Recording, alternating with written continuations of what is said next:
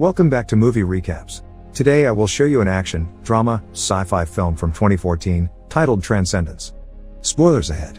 Watch out and take care. The final preparations for the seminar titled Evolve the Future can be seen, as the three main characters meet before the event where they will all be speakers on the subject of intelligent machines. The first one of them to speak is Dr. Max Waters, whose main concern regarding the emerging technologies of artificial intelligence is not the end goal itself, but rather what can be learned about humans in the journey there. He's mostly interested in the medical applications of such technologies to find cures for incurable diseases and to save lives. Evelyn Castor, the professional and life partner of the next speaker, shares her ideas that intelligent machines will be able to help humanity conquer its biggest challenges, like poverty, hunger, and even the ecological crisis. She thinks they can provide the tools to heal the planet and build a better future for everyone. Evelyn introduces the next speaker, her husband Will Castor, as the man that will make that a reality. Unlike the previous speakers, he's interested in understanding the capacity of AI to truly overcome humans in more ways than one. He asks the audience to imagine such a powerful and self-aware AI, with more computational power than the entirety of humankind combined, as the singularity or, in his preferred term, as transcendence. A member of the audience feels inclined to ask Will if that would mean that he wants to create a god. Will thinks that's something mankind has always wanted to achieve. After the seminar, Will is stormed by some fanboys, as that same audience member shoots him, and then shoots himself as well. As everyone runs, one onlooker turns back to see if Will is dead. Her name is Bree, a major player in the events of the story which will unfold. Later, while Evelyn is waiting for Will at the hospital, a news report can be seen on the TV that several research labs in the field of artificial intelligence were the target of terrorist attacks throughout the US. As Will is being rolled out of surgery toward Evelyn, Max joins them and informs them of the attacks in which one of the major researchers in the field has been killed. He also says that one of their colleagues who works for the government also had lost his team and is now waiting for them in Will's company together with the FBI. In the next shot, they meet Joseph and the FBI agent, Buchanan. They talk in Will's office, where Buchanan tells them that the attacks were performed by the organization RIFT, or Revolutionary Independence from Technology. The guy that shot Will was also in RIFT, as well as the man that bombed Joseph's lab. The organization's main objective is to stop the rise of artificial intelligence, or the transcendence. Joseph tells Will that his company is the only one that is capable of achieving a strong AI, and the Ministry of Defense wants to know how far along in that project he has gotten. However, Will doesn't want to have anything to do with the government, but he is still willing to cooperate with the FBI. In that respect, he shows Buchanan his main project. They enter the room where they keep PIN, or Physically Independent Neural Network, a state-of-the-art AI powered by quantum processors. The AI immediately greets everyone, including the agent, prompting Will to explain the way it is networked to the outside world. It's basically connected to the internet. While they still can't be sure if the AI has achieved consciousness, one of their colleagues who died in the attacks might have found a way to solve that problem. As they speak, Will begins feeling sick and gets rushed to the hospital. The doctor tells them that the bullet he was shot with was laced with polonium and that Will has radiation poisoning. He gives Will no more than 5 weeks to live. Evelyn takes him back home, where he decides to spend his last month, to be with her. When she hears his decision to stop working and close down the company, she takes matters into her own hands because she believes that she can save Will, or rather his consciousness, of perishing by using their technology. She gets their colleagues' documents, who made experiments on monkeys, from Joseph, and steals a few of PIN's quantum cores. Then, she leases an abandoned gym where she can store all the things they will need for the procedure. Evelyn also asks for Max's help to transfer Will's consciousness to a computer. Max thinks that if the experiment works, it will only be a digital approximation of Will's consciousness and is reluctant to help her. However, after a conversation with Will, who wants to try, he changes his mind. In the next sequence of events, Evelyn and Will can be seen doing all the preparations for the procedure while Will keeps getting sicker. Days pass as they scan his face and record his voice while also taking care of him and resolving some of the computational aspects of the transfer. Max is still doubtful that they will be able to achieve what they want, but Evelyn never loses hope once because she doesn't want to let her husband go. After most of the work is done, Will succumbs to the radiation sickness and dies. Evelyn, Max, and Joseph spread his ashes, but soon after, she goes back to work on getting him back. Meanwhile, Rift isn't resting either. Bree is being told that one of their people found out someone took out a few of PIN's cores even though the AI itself had been shut down. Evelyn and Max reach an impasse in resolving the problem of getting Will's consciousness back. She isn't ready to let him go but decides that she should shut down the project regardless. Max affirms her decision and gives her a few moments to say goodbye to Will. Before she shuts down the computer, something can be seen on the screen that comes fully into view when she comes back to delete the drives. Thankfully, Max notices that all-important sign of intelligence. The computer asks, "Is anyone there?" Evelyn is ecstatic when she realizes what is happening and immediately turns on the microphones and speakers so they could talk to Will directly, then the camera so he can see them. Will sounds strange and confused, so Evelyn thinks that he's still fragmented. Suddenly, he begins reordering his own code, much to her excitement. Max, on the other hand, is very concerned, wondering if what is talking to them is even Will.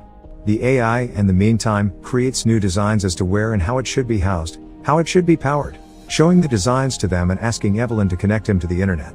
That frightens Max more, so he argues with Evelyn over the ethics of allowing such an entity the enormous access it wants to the entire world. He asks her to shut it down until they can figure out what it really is. That angers Evelyn, so she chases him out and then continues to talk to Will, ready to do everything he asks for, happy that she has him back. Upset about what he just witnessed, Max goes to a bar for a stiff drink, like any normal person would, when he just approached by Bree. She asks for his help, explaining that most of the people in Rift were actually inspired by his philosophical work on the question of human-to-machine interface. Max refuses her offer, so Bree does the next best thing, she and her compatriots kidnap him.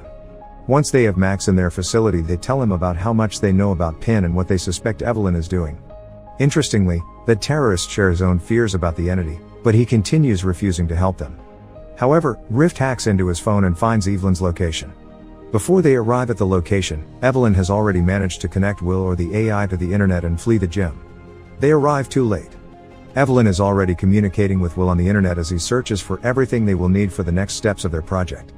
He transfers a copious amount of money to her account and makes a reservation for her to stay in a hotel because she can't go back home, lest the terrorists find her. Bree goes back to their facility and informs Max about everything that has happened, from the AI going online to the money transfer. She tries to convince him to help again because he knows the source code of the AI and can make the whole situation right. Max refuses her advances to recruit him to Rift once again. Meanwhile, Joseph works with the FBI to figure out where Rift might strike again when they suddenly get an incredible amount of information about the organization on their computers. Joseph realizes that someone is trying to help the FBI and not hack them, so Buchanan tells him to find out who it is. Simultaneously, Evelyn gets sent by Will to a small and deteriorating town in the middle of the desert, called Brightwood, where she can build a hub for them, outfitted for everything they will need. She hires Martin, the town's constructor, to pretty much renovate the entire town as well as build them a massive underground facility. He's reluctant because he doesn't have enough manpower to do a project of the size. But Martin changes his mind when Evelyn tells him that he can hire however many people he needs since she has the resources to pay for all of it. The construction in the town begins and simultaneously Rift keeps trying to figure out a way to break Max and get them to their side. Bree tells him the story about the experiments with the monkeys because she worked with his colleague who solved the problem of the transfer. However, she says that the experiment was both a success and a failure. While the consciousness was transferred successfully, it suffered immensely in its new state of being, screaming to be shut down. As time passes, Joseph has finally figured out who helped them find the terrorists. His working theory is that it's Pin. Meanwhile, Rift finds out about Brightwood and Bree confronts Max with the new information. He knows instantly what that means and explains what the AI is doing in the town. He says it needs to grow to advance, hidden in the town from outside threats where its massive appetite for power can be met, seen in the solar panels just outside the town.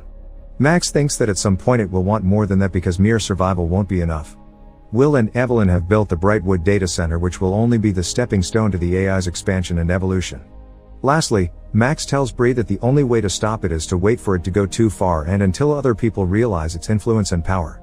Simultaneously to building the center, Will has built a home for Evelyn and his virtual self. 2 years later, the center is fully operational and has already made significant advances in the fields of nanotechnology, as can be seen in the lab, following Evelyn's movements. Will informs her that now they can rebuild any material faster than before. This makes the technology applicable in all kinds of medical areas, which might scare humans at first, but eventually, when they realize how much it can change their lives, they will accept it. One night, Martin is robbed by 2 of the town's thugs while working on the site and is beaten to a pulp.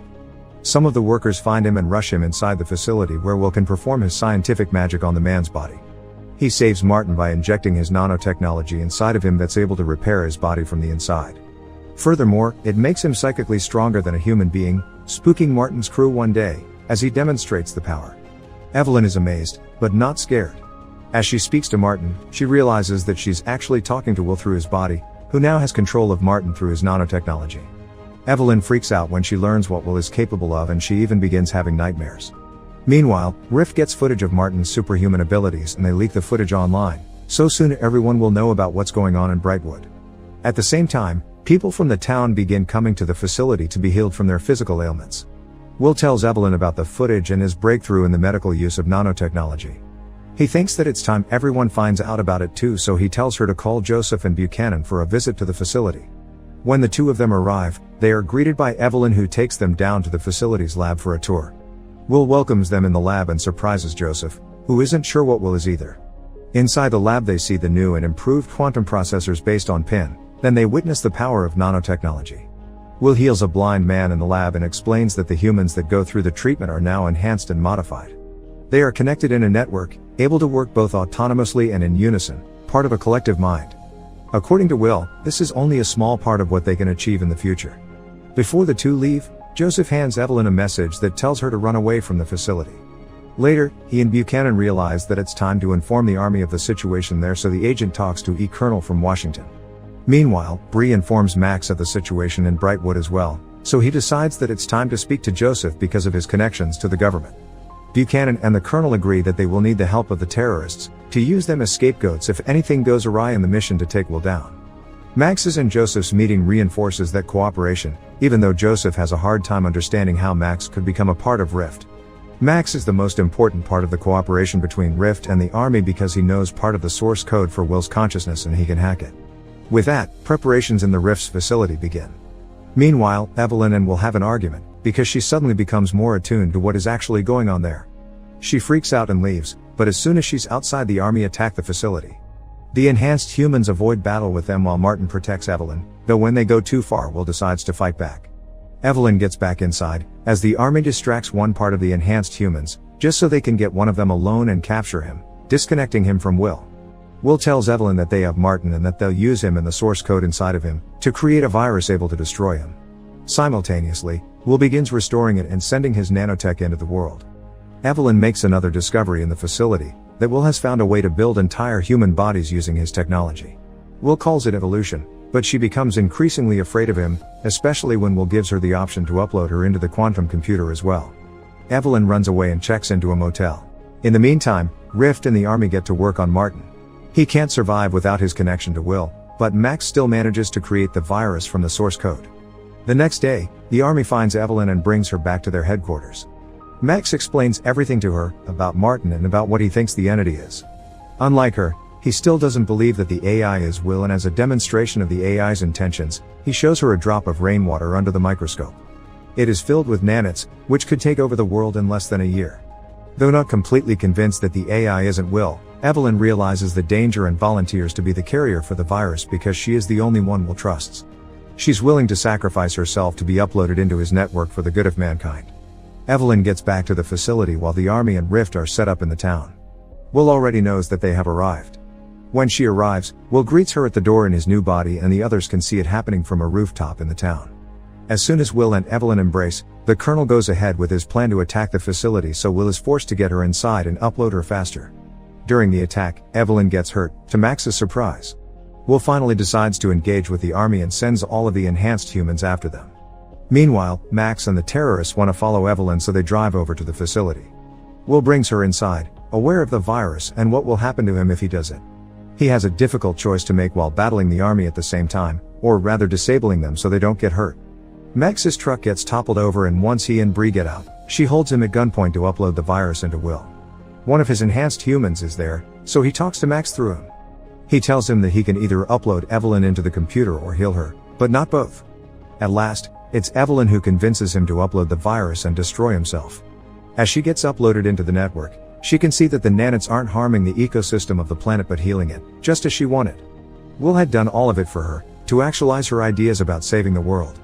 The nanites build themselves out of pollutants and clean the air in the process, forests regrow with their help, and the water gets filtered from everything harmful. The virus takes hold, so the nanites leave the people's bodies and everyone is released. Joseph and the others come down from the rooftop and realize that Will didn't kill anyone in the fight. Evelyn finally realizes that the AI was always Will, and they die together, uploaded in the massive horde of nanites that he has sent out in the world. The last spark of life drains from Will's new body, lying next to Evelyn, as Max walks into their home, ultimately understanding the truth about the AI himself. After the events in the facility, the entire world has gone dark, with all technology being rendered useless. Max thinks that all of it was done by Will to give humanity another chance at life. In the last moments of the film, Max is seen visiting Will's and Evelyn's garden, where he sees Nanits in the rainwater. He thinks that everything that Will did was so that he and Evelyn can be together. Make sure to subscribe and turn on notifications so you can watch more videos like this. Thanks for watching.